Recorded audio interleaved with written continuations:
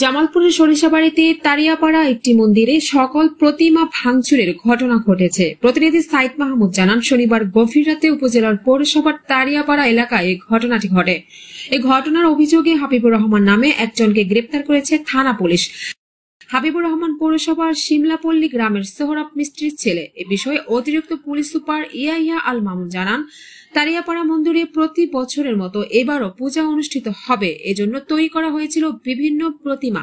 পূজার সকল আয়োজনে শেষ করে প্রতিমা নির্মাণ শিল্পীদের বিদায় দেয় কর্তৃপক্ষ। শনিবার গভীর রাতে হঠাৎ মন্দিরের একজন ঢুকে 7টি প্রতিমার মাথা সহ বিভিন্ন অংশ ভেঙে চলে যায়। পরে রোববার সকালে মন্দিরে এসে সকল প্রতিমা ভাঙা দেখতে পায় মন্দির কমিটির লোকজন। খবর পেয়ে থানা পুলিশ ঘটনাস্থল পরিদর্শন করে সিসিটিভি ফুটেজ পর্যালোচনা করে অভিযুক্ত হাবিবুর রহমান নামে একজনকে গ্রেপ্তার করে।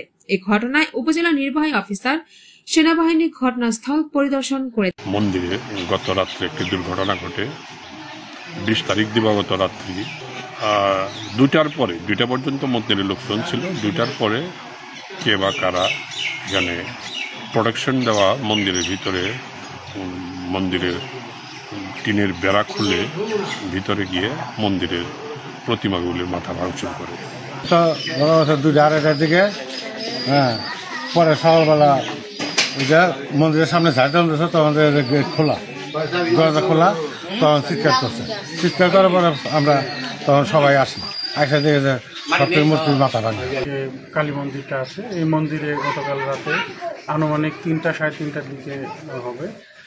তো আমরা এটা ভোরে খবর পাওয়ার সাথে সাথেই পুলিশ দ্রুত আসে, এসে সিসিটিভি ক্যামেরা পর্যালোচনা করে শনাক্ত করে আমরা একজনকে ধৃত করে থানায় নিয়ে যাই।